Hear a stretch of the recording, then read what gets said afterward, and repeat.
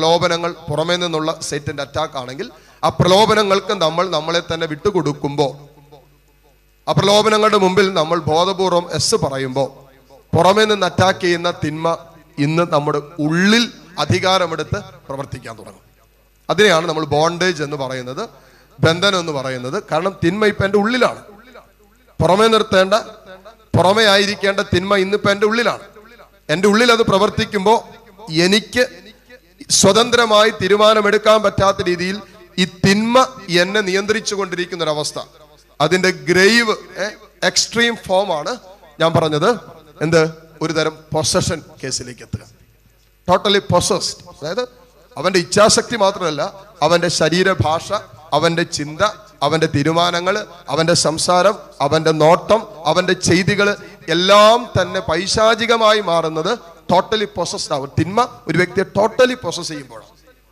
അതിനേറ്റവും മനോഹരമായ ഉദാഹരണമാണ് മർക്കോസിന്റെ സുവിശേഷം 5-ാം അധ്യായം എടുത്ത് 1 മുതലുള്ള വചനങ്ങളിൽ നമ്മൾ കാണുകയാണ്. പിശാച് ബാധിച്ച ഒരുവൻ, ഒരു ബാധ കയറിയതുപോലെയാണ്, കംപ്ലീറ്റ് ഒരു പൊസസ്ഡ് ആയിട്ടിരിക്കുന്ന ഒരു വ്യക്തിയെ പോലെയാണ് ഇവിടെ മർക്കോസിന്റെ സുവിശേഷം 5-ാം അധ്യായത്തിൽ ഒരു പിശാച് ബാധിതനെ പരിചയപ്പെടുത്തുന്നത്. വായിക്കാവോ? അവർ കടലിന്റെ മറുകരയിൽ ഗരസേനരുടെ നാട്ടിലെത്തി. അവൻ വഞ്ചിയിൽ നിന്ന് ഇറങ്ങിയ ഉടനെ ഒരശുദ്ധാത്മാവ് ബാധിച്ച ഒരുവൻ ശവകുടീരങ്ങൾക്കിടയിൽ നിന്ന് എതിരെ വന്നു. കണ്ടോ? അവൻ എവിടെന്നാ വരുന്നേ? ശവകുടീരങ്ങൾക്കിടയിൽ നിന്ന്. അവന്റെ ചിന്താശേഷിയെ സേറ്റൻ കട്ട് ചെയ്തു എന്നതിന്റെ തെളിവാണ് അവനിപ്പോ ബോധപൂർവ്വം ചിന്തിക്കാൻ പറ്റുന്നില്ല. അവന്റെ സുബോധം പോയി. അതാണ് പിശാച് ഒരുവനെ അറ്റാക്ക് ചെയ്യുമ്പോൾ അവൻ ആദ്യം അറ്റാക്ക് ചെയ്യുന്ന അവന്റെ ചിന്താശേഷിയാണ്, സുബോധത്തെയാണ്. എവിടെ കിടക്കേണ്ടവനാ? വീട്ടിൽ കിടക്കേണ്ടവൻ ഇപ്പൊ എവിടെ കിടക്കുന്നേ? ശവകുടീരത്തിൽ. വീട്ടിൽ കിടക്കേണ്ടവൻ ഇന്ന് വഴിയിലാണ് കിടക്കുന്നത്. പിന്നെ വണ്ടി വിളിച്ച് മക്കൾ കൊണ്ടുപോകണം. ചിലപ്പോൾ മുണ്ടും ഉണ്ടാവില്ല, ഉടുതുണിയും ഉണ്ടാകുകയില്ല. ഹല്ലേലൂയ. ഞങ്ങളൊരു ശുശ്രൂഷയ്ക്ക് പോയപ്പോൾ തൃശ്ശൂര് ഭക്ഷണത്തിന് നിർത്തിയതാ. ഇങ്ങനെ ആൾക്കൂട്ടമോ കാണുമ്പോൾ നമുക്കൊരു ജിജ്ഞാസയുണ്ടല്ലോ, ഇതെന്നാണെന്നറിയാതെ വിലക്ക് കിൽക്കി കുത്തോ കാര്യങ്ങളൊക്കെയാണെന്ന് വിചാരിച്ച് നമ്മൾ ചാടി ഇറങ്ങുമല്ലോ. അങ്ങനെ കൂടെ ഉണ്ടായിരുന്ന ഇതൊന്ന് നോക്കിക്കോന്നൊക്കെ പറഞ്ഞ് ബാഗ് നോക്കിക്കോളാൻ പറഞ്ഞത് എന്താണെന്നറിയാൻ വേണ്ടി ഇറങ്ങിയപ്പോഴാണ് കണ്ടത് ഒരു സഹോദരൻ അവിടെ കിടപ്പുണ്ട്. ചുറ്റുപാടിങ്ങനെ ഓരോരുത്തരിങ്ങനെ നോക്കും, ഒറ്റ നോട്ടേ നോക്കുള്ളൂ. രാവിലെ മുതൽ വൈകിട്ട് വരെ പുള്ളി കഴിച്ചത് എന്താണെന്ന് അറിയണമെങ്കിൽ പുള്ളി ഛർദ്ദിച്ചിട്ടൊക്കെ നോക്കിയാൽ മതി. ബ്രേക്ക്ഫാസ്റ്റ് എന്തായിരുന്നു, ലഞ്ച് എന്തായിരുന്നു, വൈകിട്ട് ചായക്ക് എന്നായിരുന്നു അറിയണമെങ്കിൽ പുള്ളി ഛർദ്ദിച്ചിട്ട് നോക്കിയാൽ മതി. കുടിച്ച് അവസാനം മൂക്കുറ്റ് കുടിച്ചു കഴിഞ്ഞിട്ട് പുള്ളി ആ കുടിച്ച് ഇതെല്ലാം കൂടി ആയി കഴിഞ്ഞിട്ട് നേരെ നിൽക്കാൻ കൽപ്പില്ല. എന്നിട്ട് പുള്ളി ഛർദ്ദിച്ച് അവിടെ കിടക്കുക. ഈ ഛർദ്ദിയിൽ തന്നെയാണ് പുള്ളി കിടക്കുന്നത്. ഉടുത്തിരിക്കുന്ന മുണ്ടൊക്കെ ഇങ്ങനെ പാതി വഴിക്ക് പോയിക്കൊണ്ടിരിക്കുക, പോകുന്നവര് ഇങ്ങനെ എടുത്ത് മറച്ചിടുന്നുണ്ട്. അത് മാത്രമല്ല, ഈ ഛർദ്ദിച്ചിട്ടിരിക്കുന്നത് നമുക്ക് ഒറ്റ നോട്ടം പോലും നോക്കാൻ പറ്റും.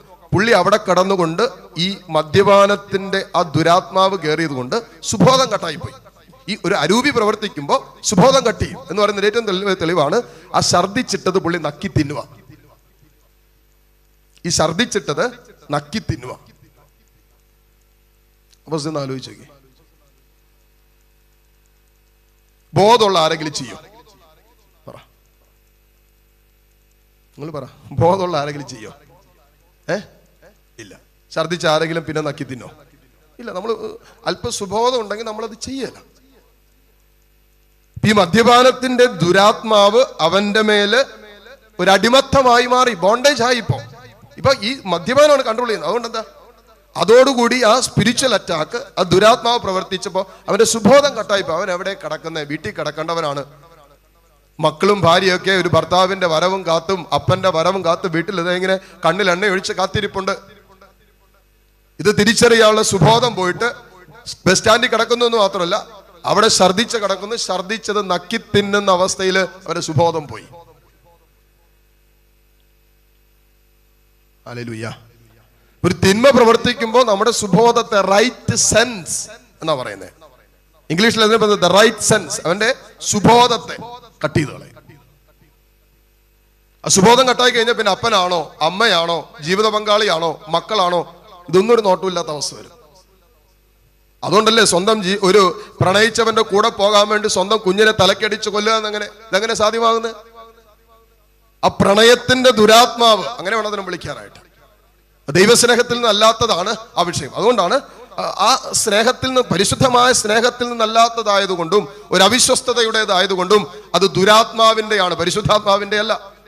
അതുകൊണ്ടാണ് സ്വന്തം കുഞ്ഞിനെ തലക്കടിച്ച് കൊന്നിട്ട് അവന്റെ പുറകെ പോകും. സുബോധം പോയി, റൈറ്റ് സെൻസ് കട്ട് ചെയ്തു. ഹല്ലേലൂയ. ഒരു വിശുദ്ധ ജീവിതത്തെ കുറിച്ചുള്ള എന്റെ ചിന്ത, എന്നെ കുറിച്ചുള്ള ആ ദൈവിക പദ്ധതി ഉണ്ടല്ലോ, വിശുദ്ധ ജീവിതത്തെ കുറിച്ചത്, അതേക്കുറിച്ചുള്ള സുബോധം കട്ടായി. ഞാനിപ്പോ എന്താ? പാപത്തിലാ, ഞാൻ അശുദ്ധിയില്ല, മ്ലേച്ഛതയില്ല. അതെന്നെ ഇപ്പൊ നിയന്ത്രിച്ചുകൊണ്ടിരിക്കുന്നേ. എങ്ങോട്ട് നോക്കിയാലും, ആരെ കണ്ടാലും, എന്നെ ആലോചിച്ചാലും, പള്ളിയിലിരിക്കുമ്പോഴും പ്രാർത്ഥിക്കാനിരിക്കുമ്പോഴും എന്റെ മനസ്സിന്, എന്നെ ചിന്തകളെ വേട്ടയാടുന്നത് ഈ മ്ലേച്ഛതയാണ്. അതുകൊണ്ട് വിഷാദ പ്രവൃത്തിക്ക് ആദ്യം സംഭവിക്കുന്ന അവന്റെ റൈറ്റ് സെൻസ്, ചിന്തിക്കാനുള്ള അവന്റെ കഴിവിനെ അറ്റാക്ക് ചെയ്യും. ഞാൻ ആരാണ്? എന്റെ വില എന്താണ്? ഇതാണ് യേശുക്രിസ്തുവിൽ, പരിശുദ്ധാത്മാവിൽ ഒരു ദൈവ പൈതൽ രൂപപ്പെടുമ്പോൾ സംഭവിക്കുന്നത് എന്നാണെന്നറിയോ? അവന്റെ വില എന്താണെന്ന് അവൻ മനസ്സിലാക്കും. യേശുക്രിസ്തുവിൽ ഒരുവന്റെ വില എന്താണെന്നും വിളി എന്താണെന്നും തെരഞ്ഞെടുപ്പ് എന്താണെന്നും ഒരു ദൈവ പൈതൽ പരിശുദ്ധാത്മാവിൽ തിരിച്ചറിയുമ്പോ, ദുരാത്മാവ് പ്രവർത്തിക്കുമ്പോ അവന്റെ വില എന്താണെന്നോ നില എന്താണെന്നോ വിളി എന്താണെന്നോ ഒന്നും തിരിച്ചറിയാൻ പറ്റാത്ത രീതിയിലായിരിക്കും പിന്നെ അവന്റെ ജീവിതം പോയിക്കൊണ്ടിരിക്കുന്നത്. നമ്മൾ എത്ര കണ്ട് ഉപദേശിക്കാൻ നോക്കിയാലും, എത്ര കണ്ട് പറയാൻ നോക്കിയാലും അവനത് മനസ്സിലാകില്ല. കാരണം എന്താ? ഇത് മനസ്സിലാക്കണമെങ്കിൽ അവന് സെൻസ് വേണ്ടേ? നമ്മൾ പറയില്ല, നമ്മൾ എത്ര പറഞ്ഞാലും വെച്ചാൽ മനസ്സിലാവും. ഒരു സെൻസും ഇല്ലെന്ന് പറയും. അവനൊരു സെൻസും ഇല്ലെന്നാ പറയുന്നത്, അല്ലെങ്കിൽ അവൾക്ക് ഒരു സെൻസും ഇല്ലെന്ന് പറയുന്നത്. പറഞ്ഞു, മോളെ ഈ ബന്ധം ഉപേക്ഷിക്ക്, ഇത് ദൈവം ആഗ്രഹിക്കുന്നതല്ല. ഇത് നിന്റെ വിശ്വാസ ജീവിതത്തെ, നിന്റെ ആത്മീയ ജീവിതത്തെ തകർക്കുന്ന അവിശുദ്ധ കൂട്ടുകെട്ടാണെന്നും ദൈവം ആഗ്രഹിക്കാത്ത ബന്ധമാണെന്നും പച്ച മലയാളത്തിൽ പറഞ്ഞു ഈ സാധനത്തിന്റെ തലയ്ക്കകത്ത് കയറിയാലത്. ഹല്ലേലൂയ. പിന്നെ ഇറങ്ങിപ്പോയിട്ട് അവസാനം നരകതുല്യമായ അവസ്ഥ വന്നപ്പോ ഇപ്പൊ തിരിച്ചറിയാൻ തുടങ്ങി. അവർക്ക് 2, 3, 4 ഒരേ സമയത്ത് കെട്ടാവുന്ന ഗ്രൂപ്പായിരുന്നു, പേര് പറയുന്നില്ല. ഒരേ സമയത്ത് 4, 5 കല്യാണം കഴിക്കാൻ പറ്റുന്ന അവസ്ഥയായിരുന്നു. നല്ല മലയാളത്തിൽ ഈ പെങ്കൊച്ചിനടുത്ത് പറഞ്ഞു കൊടുത്ത ഇത് അപകടത്തിലേക്കുള്ള പോക്കാണെന്ന്. മോളെ, ഇതാ പ്രായത്തിന്റെയും വൈകാരികമായ അപക്വതയുടെയും തീരുമാനമാണ്, നിന്റെ വിശ്വാസം പോലും ക്ഷയിച്ചു പോകുന്നതാണെന്ന് പറഞ്ഞിട്ട് കേട്ടില്ല. അവസാനം ഒരു ദുരനുഭവത്തിൽ എത്തിക്കഴിഞ്ഞപ്പോ, അതിന്റെ ആ അങ്ങേറ്റം തകർന്നു കഴിഞ്ഞപ്പോ ഒരു അല്പമെങ്കിലും തിരിച്ചറിവ് കിട്ടി. ആ സമയത്ത് ഈ പറയല്ലേ, ഇതിനു മുമ്പും സമാനമായ കാര്യം തന്നെ പറഞ്ഞു, അന്ന് മനസ്സിലായില്ല. ഇതിങ്ങനെ സംഭവിക്കും, ഇത് ഇവിടെ ചെന്ന് അവസാനിക്കുന്നൊക്കെ സമാനമായ കാര്യങ്ങൾ തന്നെയാണ് ഇന്നലകളിലും അവളോട് പറഞ്ഞത്. നല്ല മലയാളത്തിലാ പറഞ്ഞത്, കേട്ടില്ല. അന്നേ വർഷം അന്ന് ഈ തിന്മ തലയ്ക്കകത്ത് കയറിയിട്ട് അവളുടെ സുബോധത്തെ കട്ട് ചെയ്ത് കളയും. സർമർത്തി പറഞ്ഞ ഹല്ലേലൂയ. നിന്റെ വിശ്വാസത്തിൽ നിന്നും, വിശ്വാസ ജീവിതത്തിൽ നിന്നും, ഇന്നോളം നിന്റെ ജീവിതത്തിൽ നീ സ്വന്തമാക്കിയ വിശ്വാസ യാത്രയിൽ നിന്നും നിന്നെ വ്യതിചലിപ്പിക്കുന്ന സകല ബന്ധങ്ങളും മുറിക്കേണ്ടതുണ്ട്, അതിനെ വെട്ടിമാറ്റേണ്ടതുണ്ട്. കാരണം നിനക്ക് ഈ ലോകത്തിലെ ബന്ധമല്ല വലുത്, അതിനേക്കാളും നിനക്ക് വലുതാകേണ്ടത് ദൈവത്തോടുള്ള ബന്ധമാണ്. അപ്പൊ അതിൽ നിന്ന് നിന്നെ പുറകോട്ട് വലിക്കുന്ന എന്തുവാകട്ടെ, ആരുമായിട്ടാകട്ടെ, അത് ക്രൈസ്തവരോ അക്രൈസ്തവരോ ആകട്ടെ, നിന്റെ വിശ്വാസ ജീവിതത്തിൽ നിന്നും, നിന്റെ വിശുദ്ധ കുർബാനയിൽ നിന്നും, നിന്റെ കൂദാശ ജീവിതത്തിൽ നിന്നും പുറത്തോട്ടിറക്കുന്ന ബന്ധങ്ങൾ പൈശാചികമാണെന്നറിയണം. പൈശാചികം. ഇത് മനസ്സിലാക്കാൻ സുബോധം വേണം. അതുകൊണ്ട് അങ്ങനെയുള്ള മക്കളൊക്കെ വീട്ടിലുണ്ടെങ്കിൽ നമ്മൾ ആദ്യം പ്രാർത്ഥിക്കേണ്ടത് എന്തിനാണ്? നമ്മുടെ കുഞ്ഞുങ്ങൾക്ക് സുബോധം ഉണ്ടാകാൻ. മാതാപിതാക്കള് കണ്ണുനീരോടെ പ്രാർത്ഥിക്കേണ്ട വിഷയമാണ് നമ്മുടെ കുഞ്ഞുങ്ങൾക്ക് സുബോധമുണ്ടാകാൻ, നാളെ വിലപിക്കാതിരിക്കാൻ പ്രാർത്ഥിക്കണം. പറഞ്ഞേ ഹല്ലേലൂയ, ഹല്ലേലൂയ. അപ്പോ ഇവൻ വീട്ടിൽ കിടക്കേണ്ടവനാ, ഒരപ്പന്റെ മകനായി ജീവിക്കേണ്ടവനാ, സകല സമ്പത്തും സകല സൗകര്യങ്ങളും സകല ആർഭാടങ്ങളോടും കൂടി കല്യാണം കഴിച്ച് വിടേണ്ടവളാ. ഇറങ്ങിപ്പോയി, അപ്പനോടും അമ്മയോടും പറയാതെ ഇറങ്ങിപ്പോയി. കോളേജിൽ പോയിട്ട് തിരിച്ച് വീട്ടിലേക്ക് വന്നില്ല. അപ്പനും അമ്മയും കൂടെ ആ കുടുംബം കാണാൻ പോയിട്ട് പറഞ്ഞു, അച്ഛാ, എന്റെ മകളെ ഇങ്ങനെയല്ല വളർത്തിയത്, പറഞ്ഞിരുന്നെങ്കിൽ ഞങ്ങൾ അവർക്കൊരു വീട് വെച്ച് കൊടുത്തിട്ട് വേണമെങ്കിൽ മാറ്റി താമസിച്ചേനെ. എന്റെ കുഞ്ഞ് കിടക്കുന്ന കടപ്പാടം കണ്ടിട്ട് അച്ഛൻ ചങ്ക് തകർന്നു പോയി. കിടക്കാൻ പോലും സ്ഥലമില്ല അവിടെ. കിച്ചന്റെ സൈഡിലായി പെങ്കൊച്ച് കിടക്കുന്നത്. കിച്ചന്റെ സൈഡിൽ. അവൾക്ക് അവിടെ കല്യാണം കഴിച്ച് എന്നിട്ട് അവൾക്ക് അത് അഡ്ജസ്റ്റ് ചെയ്യാൻ പറ്റുന്നില്ല. കാരണം അത്യാവശ്യം നല്ല സൗകര്യപ്രദമായ ജീവിതത്തിൽ ഇവിടെ ടോയ്ലറ്റ് സൗകര്യമില്ല. പണ്ടവിടെ ഞങ്ങൾ പത്രത്തിൽ അത് വായിച്ചോന്ന് എനിക്കറിയില്ല. ഇങ്ങനെ ഇറങ്ങിപ്പോയിട്ട് രണ്ടാം പക്കം അവൾ തിരിച്ചു വന്നു. കാരണം അവിടെ ടോയ്ലറ്റ് സൗകര്യമില്ല. ഇറങ്ങിപ്പോയതാ വീട്ടിൽ നിന്ന് ഇറങ്ങിപ്പോയിട്ട് 2 ദിവസം കഴിഞ്ഞപ്പോൾ അവിടെ ടോയ്ലറ്റ് ഇല്ലാത്തതിന്റെ പേരിൽ അവൾ തിരിച്ച് വീട്ടിലേക്ക് പോന്നു. എന്തൊക്കെ അവസ്ഥയാന്ന് നോക്കിക്കേ. അതുകൊണ്ട് ആത്മാവ് പ്രവർത്തിക്കുമ്പോൾ നിന്റെ വിളി എന്താണെന്നും നിന്റെ വില എന്താണെന്നും യേശു ക്രിസ്തുവിൽ നീ ആരാണെന്നും ഒരു തിരിച്ചറിവ് കിട്ടും. ഹല്ലേലൂയ. സ്വരത്തിൽ പറഞ്ഞ ഹല്ലേലൂയ. ക്രിസ്തുവിൽ നമ്മൾ വിലപ്പെട്ടവരാണ്. ക്രിസ്തുവിൽ നമുക്ക് വിലയുള്ളവരാണെന്ന്. നമ്മൾ വിലയ്ക്ക് വാങ്ങപ്പെട്ടവരാണ്. നമ്മൾ വഴി കിടക്കുന്നവരല്ല, നമ്മൾ വിലയ്ക്ക് വാങ്ങപ്പെട്ടവരാണ്. സ്വരത്തിൽ പറഞ്ഞേ ഹല്ലേലൂയ, ഹല്ലേലൂയ. അതുകൊണ്ട് വിലയ്ക്ക് വാങ്ങപ്പെട്ടവരാണെങ്കിൽ ആ വിലയനുസരിച്ചാണ് ജീവിക്കേണ്ടത്. നമ്മുടെ വിലയറിയാത്തത് കൊണ്ടാണ് വിലകെട്ടതിന്റെ പുറകെ പോകുന്നത്. നമ്മൾ പല വിലകെട്ട ജീവിതത്തിന്റെ പുറകെ പോകുന്നതിന് കാരണം എന്താ? എന്റെ വില എന്താണെന്നും എന്റെ നില എന്താണെന്നും എനിക്കറിയാൻ പാടില്ലാത്തതുകൊണ്ടാണ്.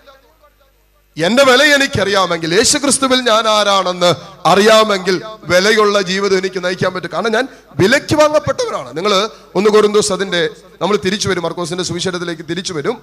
1 കൊരിന്തോസ്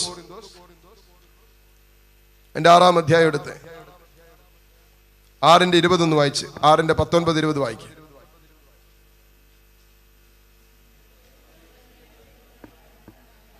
നിങ്ങളിൽ വസിക്കുന്ന ദൈവദത്തമായ പരിശുദ്ധാത്മാവിന്റെ ആലയമാണ് നിങ്ങളുടെ ശരീരമെന്ന് നിങ്ങൾക്കറിഞ്ഞുകൂടെ. നിങ്ങൾ നിങ്ങളുടെ സ്വന്തമല്ല. ഇതാണ് മനസ്സിലാക്കേണ്ടത്. നമ്മൾ ലോകത്തിൻ്റെതല്ല, നമ്മൾ നമ്മുടെ സ്വന്തമല്ല. വചനം പറയാണ് നിങ്ങൾ നിങ്ങളുടെ സ്വന്തമല്ല. പിന്നെയോ നിങ്ങൾ വിലയ്ക്ക് വാങ്ങപ്പെട്ടവരാണ്. ആകയാൽ നിങ്ങളുടെ ശരീരത്തിൽ ദൈവത്തെ മഹത്വപ്പെടുത്തുവിൻ. നമ്മൾ വിലയ്ക്ക് വാങ്ങപ്പെട്ടവരാണ്. വിലയായിട്ട് കർത്താവ് കൊടുത്തത് കാൽവരി കുരിശിൽ സ്വന്തം ശരീരവും അവസാനത്തുള്ളി രക്തവുമാണ് വിലയായിട്ട് മറുവിലയായിട്ട് കൊടുത്ത്. എന്തിനാ? നമ്മളെ വിലയ്ക്ക് വാങ്ങാൻ, നമ്മെ സ്വന്തമാക്കാൻ, നമ്മെ വീണ്ടെടുക്കാൻ, പിശാചിന്റെയും പാപത്തിന്റെയും ലോകത്തിന്റെയും ആധിപത്യത്തിൽ നിന്നും അടിമത്തത്തിൽ നിന്നും നമ്മെ വീണ്ടെടുക്കാൻ വേണ്ടി യേശു കൊടുത്ത വില സ്വന്തം ചങ്കിലെ അവസാനത്തുള്ളി രക്തമാണ്. നമുക്ക് വിലയുണ്ട്. വിലയില്ലാത്തവരല്ല നമ്മൾ. നാട്ടുകാർ നിനക്ക് വിലയില്ലെന്ന് പറഞ്ഞാലും, വീട്ടിൽ നിനക്ക് വിലയില്ലെന്ന് പറഞ്ഞാലും, ജീവിത പങ്കാളിയുടെ മുമ്പിൽ, മക്കളുടെ മുമ്പിൽ ഒന്നും നിനക്ക് വിലയില്ല എന്ന് നിനക്ക് തോന്നിയാലും അപരൻ പറഞ്ഞാലും നീ വിലയുള്ളവനാണ് യേശുവിൽ. നിനക്ക് വിലയുണ്ട്. അനേകരുടെ വിഷമം എന്ന് വെച്ചാൽ എനിക്ക് വീട്ടിലൊരു വിലയില്ല, നാട്ടിലൊരു വിലയില്ല, കുടുംബത്തിലൊരു വിലയില്ല, ഒരു ബഹുമാനമില്ലെന്ന് പറയും. കർത്താവിൽ നിനക്ക് വിലയുണ്ട്. കാരണം അവന്റെ പരിശുദ്ധ രക്തം, അവസാനത്തുള്ളി രക്തവും വിലയായിട്ട് നൽകിയിട്ട നിന്നെ അവൻ സ്വന്തമാക്കിയത്. നീ വിലയ്ക്ക് വാങ്ങപ്പെട്ടവനാണ്. നീ നിന്റെ സ്വന്തമല്ല, കർത്താവിന്റെ സ്വന്തമാണ്. ഹല്ലേലൂയ.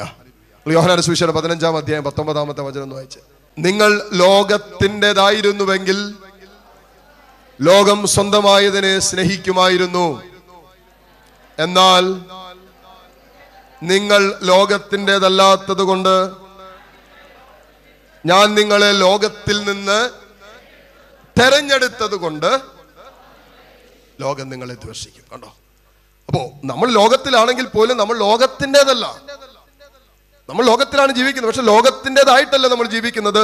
നമ്മൾ ലോകത്തിൽ നിന്നും തെരഞ്ഞെടുക്കപ്പെട്ടവരാണ്. ക്രിസ്തുവിന്റെ സ്വന്തമായി, ദൈവത്തിന്റെ സ്വന്തമായി ഈ ലോകത്തിൽ ലോകത്തിൻ്റെതല്ലാതെ ജീവിക്കാൻ തെരഞ്ഞെടുക്കപ്പെട്ടവരാണ്. നമ്മൾ വിലയ്ക്ക് വാങ്ങപ്പെട്ടവരാണ്. ഹല്ലേലൂയ. ആ വിലയാണ് കാൽവരി കുരിശിൽ കർത്താവ് ചിന്തിയ പരിശുദ്ധ രക്തം. എന്നെ നിന്നെ പാപത്തിന്റെ, ശാപത്തിന്റെ, പൈശാചികതയുടെ അടിമത്തത്തിൽ നിന്നും വീണ്ടെടുക്കാൻ കർത്താവ് കൊടുത്ത വീണ്ടെടുപ്പിന്റെ അച്ചാരമാണ്, വീണ്ടെടുപ്പിന്റെ വിലയാണ്, മോചന ദ്രവ്യമാണ് ഈ പറയുന്ന കാൽവരിയിലെ യാഗം, അവന്റെ അവസാനത്തുള്ളി രക്തവും.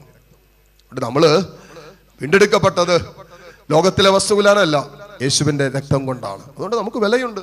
ആരൊക്കെ വിലയില്ലെന്ന് പറഞ്ഞാലും എന്റെ വില ഞാൻ അറിഞ്ഞാൽ, യേശു ക്രിസ്തുവിൽ എനിക്കുള്ള വില അറിഞ്ഞാലുണ്ടല്ലോ, ആരൊക്കെ നീ വിലകെട്ടവനാണെന്നോ വിലയില്ലെന്നോ പറഞ്ഞാലും അതെന്റെ മനസ്സിനെ തളർത്തില്ല. കാരണം എനിക്കറിയാം എന്റെ വില എന്താണെന്ന്. ഹല്ലേലൂയ. ഇപ്പൊ നിങ്ങൾ എന്റെ അടുത്ത് പറഞ്ഞു, വിജിലച്ചാ അയ്യോ അച്ഛാ അത് വിലകെട്ടവനാണെന്ന് പറഞ്ഞോ, ദാറ്റ്സ് ഓക്കെ, ഫൈൻ. ഇനിയിപ്പോ എനിക്ക് എന്നാ കുഴപ്പം? എനിക്കറിയാം എന്റെ വില എന്താണെന്ന്. നിങ്ങൾ ഇടുന്നതല്ല എന്റെ വില. നാട്ടുകാരിടുന്നതല്ല എന്റെ വില, ലോകം ഇടുന്നതല്ല എന്റെ വില. എന്റെ കർത്താവ് എനിക്ക് വേണ്ടി കാൽവരിയിൽ രക്തം ചിന്തി, അവസാനത്തുള്ളി രക്തവും ചിന്തി എന്നെ അവന്റെ സ്വന്തമാക്കി മാറ്റി. എന്റെ ആത്മാവിന് സ്വർഗമിട്ടിരിക്കുന്ന വില ലോകത്തെക്കാളും വിലയുണ്ട്. അതുമല്ലേ പറയുന്നത്, ലോകം മുഴുവനും നേടിയാലും നിന്റെ ആത്മാവ് നഷ്ടപ്പെട്ടാൽ അതുകൊണ്ട് എന്ത് പ്രയോജനം? എന്റെ ആത്മാവിന് സ്വർഗമിട്ടിരിക്കുന്ന വില സ്വന്തം പുത്രന്റെ അവസാനത്തുള്ളി രക്തത്തിന്റെ വിലയാണ്. എനിക്ക് വിലയുണ്ടെന്ന് എനിക്കറിയാം. ഈ തിരിച്ചറിവ് എന്ന് നഷ്ടപ്പെടുന്നുവോ അന്ന് വിലകെട്ടതിന്റെ പുറകെ പോകാൻ തുടങ്ങും. വിലകെട്ട ബന്ധങ്ങളിലേക്ക്, വിലകെട്ട ജീവിത ശൈലിയിലേക്ക്, ദുശീലങ്ങളിലേക്ക്, പാപക്കൂട്ടുകെട്ടുകളിലേക്ക്, അവിശുദ്ധ ബന്ധങ്ങളിലേക്കൊക്കെ ഒരുവന്റെ ജീവിതം പോകുന്നത് സ്വന്തം ആത്മാവിന്റെ, സ്വന്തം വീണ്ടെടുപ്പിന്റെ വില എന്തെന്ന് തിരിച്ചറിയാൻ വയ്യാതെ പോകുമ്പോഴാണ്. നിങ്ങൾ വായിക്കും 1 പത്രോസ് 1:18. കൃത്യമായിട്ട് അവിടെ പരിശുദ്ധാത്മാവ് എഴുതി വെച്ചിട്ടുണ്ട് എന്താണ് നിന്റെ ജീവിതത്തിന്റെ വിലയെന്ന്. 1 പീറ്റർ 1 പത്രോസ് 1:18. പിതാക്കന്മാരിൽ നിന്നും നിങ്ങൾക്ക് ലഭിച്ച വ്യർത്ഥമായൊരു ജീവിത രീതിയുണ്ട്. പിതാക്കന്മാരിൽ നിന്നും നമുക്ക് ലഭിച്ച വ്യർത്ഥമായ ജീവിത രീതിയിൽ നിന്നും ഞാനും നിങ്ങളും വീണ്ടെടുക്കപ്പെട്ടത് നശ്വരമായ വെള്ളിയോ സ്വർണമോ കൊണ്ടല്ല. എന്ന് പറഞ്ഞാൽ നശിച്ചു പോകുന്ന വസ്തുവിനാൽ അല്ല. ലോകം എത്ര ഇങ്ങനെ ഏറ്റവും കൂടുതൽ വിലമതിക്കുന്നതെന്ന് തോന്നുന്ന സ്വർണമോ വെള്ളിയോ കൊണ്ടല്ല, ലോകത്തിന്റെ വില കൊണ്ടല്ല, നശിച്ചു പോകുന്ന വസ്തുവിനാലല്ല, മറിച്ച് കറയോ കളങ്കമോ ഇല്ലാത്ത കുഞ്ഞാടിൻ്റെതു പോലുള്ള ലോകത്തിന്റെ പാപങ്ങൾ നീക്കുന്ന ദൈവത്തിന്റെ കുഞ്ഞാടായ ക്രിസ്തുവിന്റെ അമൂല്യ രക്തം കൊണ്ടത്രേ. സർവ്വത്ത് പറഞ്ഞ ഹല്ലേലൂയ, ഹല്ലേലൂയ. നമ്മൾ വീണ്ടെടുക്കപ്പെട്ടവരാണ് അവന്റെ രക്തത്താൽ. നമ്മൾ സ്വന്തമാക്കപ്പെട്ടവരാണ്, നമ്മൾ വിലയ്ക്ക് വാങ്ങപ്പെട്ടവരാണ്, നമ്മൾ വിലയുള്ളവരാണ്. ഈ സെൻസ് ഉണ്ടല്ലോ, ഈ തിരിച്ചറിവുണ്ടല്ലോ. ദുരാത്മാവ് പ്രവർത്തിക്കുമ്പോൾ, തിന്മയ്ക്ക് അധികാരം കൊടുക്കുമ്പോൾ സംഭവിക്കുന്നത് ഈ സുബോധത്തെ എന്റെ വില എന്താണെന്നുള്ള, എന്റെ നില എന്താണെന്നുള്ള, എന്റെ വിളി എന്താണെന്നുള്ള, എന്റെ തെരഞ്ഞെടുപ്പ് എന്താണ്, എന്റെ ജീവിത ദൗത്യം എന്താണെന്നും എന്റെ ലക്ഷ്യം എന്താണെന്നും ആ സുബോധത്തെ കട്ട് ചെയ്ത് കളയും. ഹല്ലേലൂയ. ആ റൈറ്റ് സെൻസിനെ കട്ട് ചെയ്തു. പിന്നെ ഇവൻ എന്നാ പറഞ്ഞാൽ എന്റെ തലയ്ക്കകത്ത് കയറുക. അതാണ് ഇവിടെ മർക്കോസിന്റെ സുവിശേഷം 5-ാം അധ്യായത്തിൽ നമ്മൾ കാണുന്നത്. അശുദ്ധാത്മാവ് ബാധിച്ച ഒരുവൻ ശവകുടീരങ്ങൾക്കിടയിൽ നിന്ന് എതിരെ വന്നു. ശവകുടീരങ്ങൾക്കിടയിൽ നിന്നാണ് വരുന്നത്. ഇനി ബാക്കി വായിച്ചു. ശവകുടീരങ്ങൾക്കിടയിൽ താമസിച്ചിരുന്ന അവനെ ചങ്ങല കൊണ്ടുപോലും ബന്ധിച്ചിടാൻ കഴിഞ്ഞിരുന്നില്ല. ഹല്ലേലൂയ. നിങ്ങളൊന്ന് ആലോചിച്ചൊക്കെ, ചങ്ങല കൊണ്ട് ബന്ധിച്ചിടാൻ പറ്റിയില്ല. അവൻ ഇടയ്ക്കിടയ്ക്ക് എന്ത് ചെയ്യും? ചങ്ങലകൾ വലിച്ചു പൊട്ടിക്കുന്നു. ഇത് പരിശുദ്ധാത്മാവിന്റെ ശക്തിയാണോ പൈശാചിക ശക്തിയാണോ? പരിശുദ്ധാത്മാവിന് ഒരു വ്യക്തിയെ മറ്റൊരു വ്യക്തിയാക്കി മാറ്റാൻ പറ്റും. ഈ ധ്യാന ദിവസങ്ങളിൽ 2 ദിവസവും നിങ്ങൾ വചനം കൂടിയുള്ളെങ്കിലും ആത്മാവിന്റെ പ്രവർത്തനത്തിന് നിങ്ങളുടെ ജീവിതങ്ങളെ വിട്ടുകൊടുക്കാൻ തയ്യാറായാൽ നിങ്ങളുടെ ജീവിതം 360 ഡിഗ്രിയിൽ മാറും. ഇന്നലകളിൽ നിങ്ങൾ എന്തായിരുന്നു എന്നുള്ളതല്ല നാളെ നിങ്ങൾ ആയിത്തീരാൻ പോകുന്നത്. കാരണം ആത്മാവിന് പ്രവർത്തിക്കാൻ അനുവദിക്കും. പരിശുദ്ധാത്മാവിന് ഒരു വ്യക്തിയെ മറ്റൊരു വ്യക്തിയാക്കി മാറ്റും. അഗസ്റ്റിനെ വിശുദ്ധനാക്കി മാറ്റാൻ പറ്റിയില്ലേ? പരിശുദ്ധാത്മാവിന് ഒരു വ്യക്തിയെ മറ്റൊരു വ്യക്തിയാക്കി മാറ്റാൻ പറ്റും. അങ്ങനെ തന്നെ അശുദ്ധാത്മാവ് ഒരു വ്യക്തിയിൽ പ്രവർത്തിക്കുമ്പോൾ അവനെ മറ്റൊരു വ്യക്തിയാക്കി മാറ്റാൻ പറ്റും. ഹല്ലേലൂയ. ഇപ്പൊ കണ്ടു നിൽക്കുന്നവർ പറയും, ഇതന്നെ ഇവൻ ഇങ്ങനെയൊക്കെ പെരുമാറുന്നത്, ഇതെന്തവന്റെ സ്വഭാവത്തിനൊക്കെ ഒരു മാറ്റം, ഇതെന്ത് വിളി ഇങ്ങനെ സംസാരിക്കുന്നത്, എന്നെ വിളി ഇങ്ങനെ പെരുമാറുന്നത്. അത് ഒരു വിധത്തിലും കൺട്രോൾ ചെയ്യാൻ പറ്റാത്ത രീതിയിൽ ഒരുതരം വയലന്റ് നേച്ചറും അതിനേക്കാൾ ഉപരിയായിട്ട് ഇങ്ങനെ നമ്മൾ പറയല്ലോ വല്ലാത്തൊരു ശക്തി, ഒരു 10 പേരെ അടിച്ചിടാനുള്ള ശക്തി നരന്ത് പോലെ ഇരിക്കുന്ന ടീമിനുണ്ടാവും. അപ്പൊ നമ്മൾക്ക് ഈ സാധനത്തിന് എവിടെ നിന്നായി ശക്തി കിട്ടിയേ? അല്ല, പരിശുദ്ധാത്മാവല്ല. അപ്പൊ ഇവരെ നേരെ ഓപ്പോസിറ്റ് ആണല്ലോ പ്രവർത്തിച്ചുകൊണ്ടിരിക്കുന്നത്. പാപത്തിന് ഒരു അടിമത്തമുണ്ട്, പാപത്തിന് നിന്നെ നിർബന്ധിക്കുന്ന ഒരു തിന്മയുണ്ട്. എല്ലാ പാപത്തിന്റെ പിന്നിലും ഒരു സ്പിരിറ്റ് ഉണ്ട്. അതുകൊണ്ടാണ് ദുരാത്മാക്കൾ എന്ന് പറഞ്ഞു വെച്ചിരിക്കുന്നത്.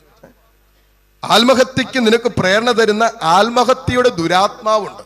അത് നിരന്തരം നിനക്ക് ഈ തിന്മ നിന്നെ പ്രവർത്തിക്കുമ്പോൾ നിരന്തരം നിന്നെ ഈ തിന്മ പ്രേരിപ്പിച്ചുകൊണ്ട് ചാകണം, ആത്മഹത്യ ചെയ്യണം.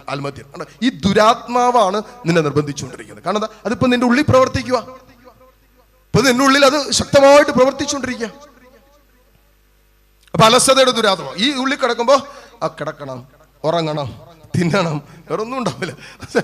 ചിലർക്ക് വേറെ ഒരു പരിപാടി. ഈ അലസത ദുരാത്മാവ് കയറിയിട്ടുണ്ടല്ലോ, മുഴുവൻ സമയം എന്താ പറയാ, ഉറങ്ങ, തിന്നാൻ വേണ്ടി മാത്രം എഴുന്നേക്കും. ചിലപ്പോ അവിടെ കിടന്നുകൊണ്ടൊരു അമ്മേ വാരിത്തരാവോ, ഇവന് എഴുന്നേക്കാനുള്ള മടി, അത്ര അലസനാണ്. ഒരു അമ്മേന്റെ അടുത്ത് പറഞ്ഞു, എൻ്റെ അച്ഛാ അവൻ രാവിലെ കടന്ന വൈകിട്ട് വരെ അവൻ കട്ടിലേക്ക് കിടക്കും. സോഫ പോലത്തെ ഒരു സാധനം, ദിവാങ്കോട്ട് പോലത്തെ. അതെ. എന്നിട്ട് TV ഓണാക്കി വെച്ചിട്ടുണ്ട്, മൊബൈലും കുത്തുന്നുണ്ട്. ഞാൻ ചോദിച്ചു, ഇത് എങ്ങനെയാണ് നീ ഇത് രണ്ടും കൂടി മാനേജ് ചെയ്യുന്നത്? ഒന്നില്ലെങ്കിൽ നീ TV ഓഫ് ചെയ്യും, അല്ലെങ്കിൽ നീ മൊബൈൽ കാണും, അല്ലെങ്കിൽ നീ മൊബൈൽ കുത്ത, അല്ലെങ്കിൽ TV ഓഫ് ചെയ്യും. അച്ഛൻ പറഞ്ഞാൽ വിശ്വസിക്കുകയില്ല. അത്ര അലസനായതുകൊണ്ട് തിരിഞ്ഞു പോലും കിടക്കുകയില്ല. കിടന്ന പൊസിഷനിൽ തന്നെ പുള്ളി കിടക്കുള്ളൂ. തിരിഞ്ഞു കിടക്കാൻ മടിയാവന്. എന്തൊരു സാധനം നോക്കിയ, ഒരു പണിയാനും ചെയ്യില്ല അച്ഛാ. വീട്ടിൽ ഞങ്ങളിവിടെ ഒരു പണിയും പുള്ളി ചെയ്യല.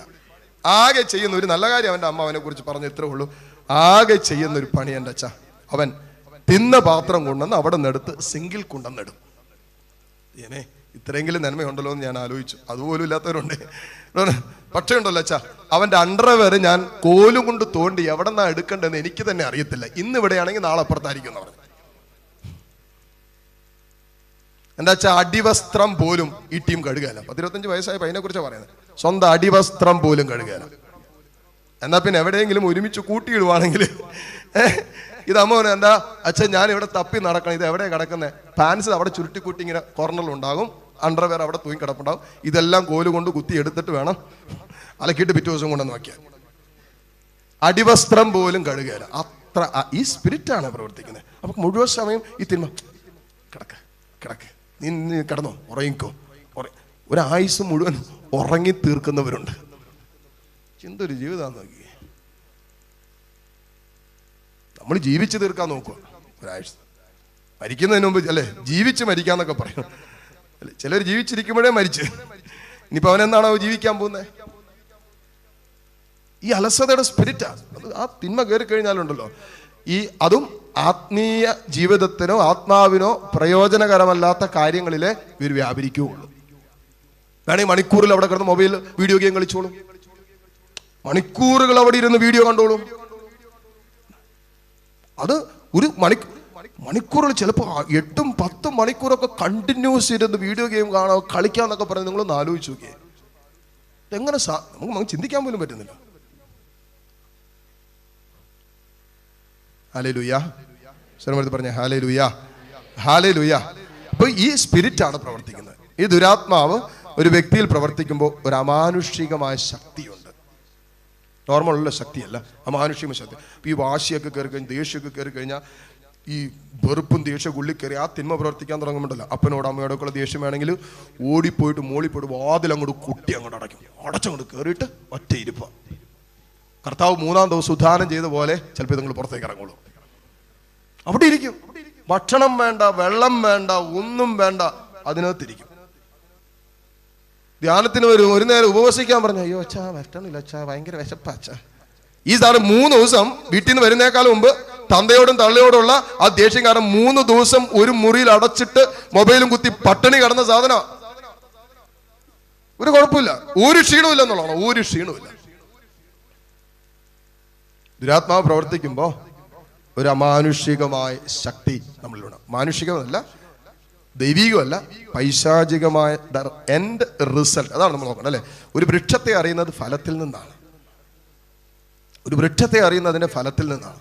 നമ്മൾ പുറപ്പെടുവിക്കുന്ന ഫലം പരിശുദ്ധാത്മാവിന്റെ ഫലങ്ങളാണെങ്കിലേ നമ്മളിൽ പരിശുദ്ധാത്മാവ് പ്രവർത്തിക്കുന്നു എന്ന് പറയാൻ പറ്റും.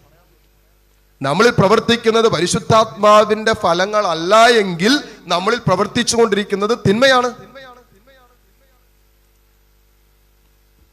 ഹല്ലേലൂയ.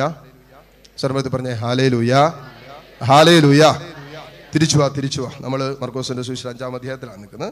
തിരിച്ചു വാ. ഇപ്പൊ പറയാണ്, അവനെ ചങ്ങല കൊണ്ടുപോലും ബന്ധിച്ചിടാൻ കഴിഞ്ഞിരുന്നില്ല. പലപ്പോഴും അവനെ കാൽവിലങ്ങുകളാലും ചങ്ങലകളാലും ബന്ധിച്ചിരുന്നെങ്കിലും അവൻ ചങ്ങലകൾ വലിച്ചു പൊട്ടിക്കുകയും കാൽവിലങ്ങുകൾ തകർക്കുകയും ചെയ്തിരുന്നു.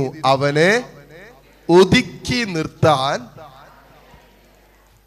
പറ്റണില്ലല്ലോ. മക്കളെ ഒന്ന് ഒതുക്കാൻ നോക്കിയിട്ട് പറ്റണില്ലല്ലോ. പറ്റണുണ്ടോ? ജീവിത പങ്കാളിയെ ചില മേഖലയിൽ ഒന്ന് ഒതുക്കാൻ നോക്കിയിട്ട് പറ്റുന്നുണ്ടോ? ഒരു ധ്യാനത്തിന് കൊണ്ടുവരാൻ നോക്കിയിട്ട് പോലും പറ്റണില്ല അല്ലേ? ഒന്ന് ദേവാലയത്തിൽ കൊണ്ടുപോകാൻ പോലും നോക്കിയിട്ട് പറ്റണില്ല. ഒതുക്കി നിർത്താൻ പറ്റില്ല. കാരണം പിശാച് അവളെ ഒതുക്കി നിർത്തിയിരിക്കുക.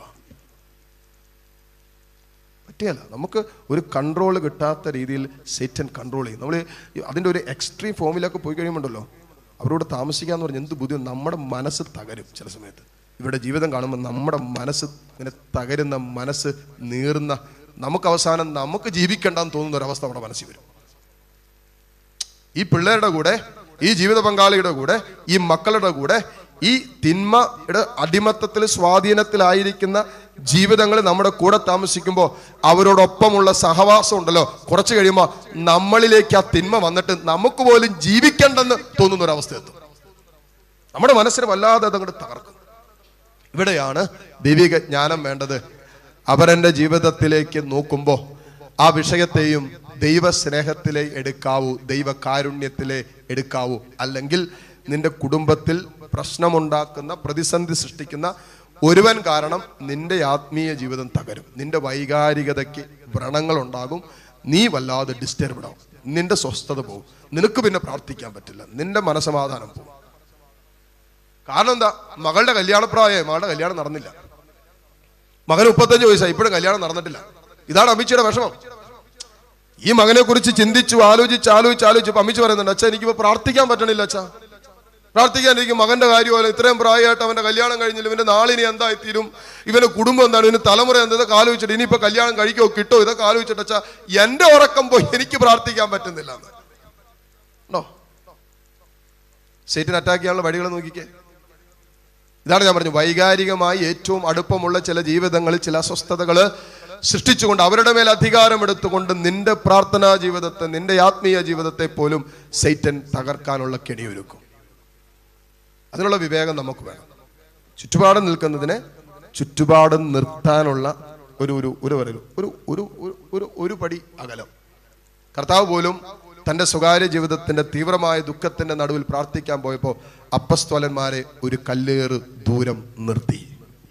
ബാക്കി എല്ലായിടത്തും കൂടെ കൊണ്ടുപോയതാ അല്ലെ? ബാക്കി എല്ലായിടത്തും കൂടെ. പക്ഷെ പ്രാർത്ഥിക്കാൻ പോയപ്പോൾ ദൈവത്തോടുള്ള ബന്ധം വന്നപ്പോ, ദൈവത്തോടുള്ള ബന്ധത്തിൽ വന്നപ്പോ തൻ്റെ കൂടെയുണ്ടായിരുന്ന എല്ലായിടത്തും കൂടെ കൊണ്ടുപോയി അത്ഭുതങ്ങളുടെ അടയാളങ്ങളുടെ നടുവിൽ കൂടെ നിർത്തി അപ്പസ്തോലന്മാരെ ഒരു കല്ലേറ് ദൂരം മാറ്റി നിർത്തി. അവർ സ്വാധീനിക്കും.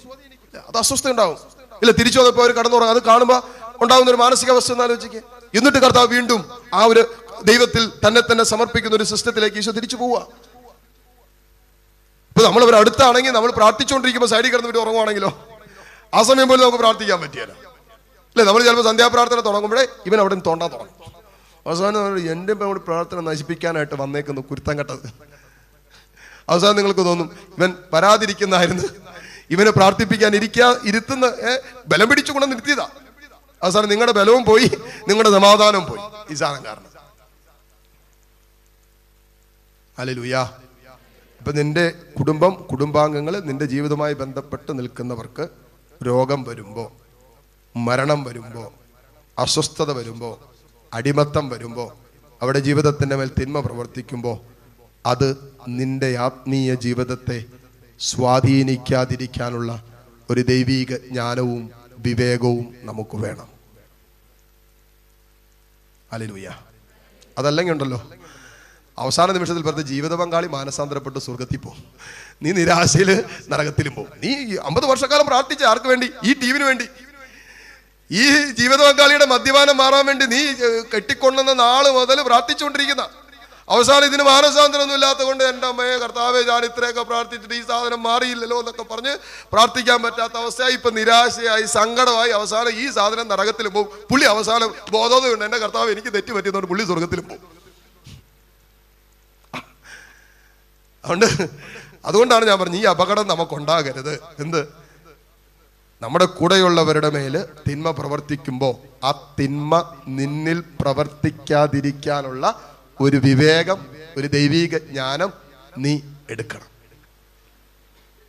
ഹല്ലേലൂയ. സർവ്വത്ത് പറഞ്ഞേ ഹല്ലേലൂയ, ഹല്ലേലൂയ, ഹല്ലേലൂയ.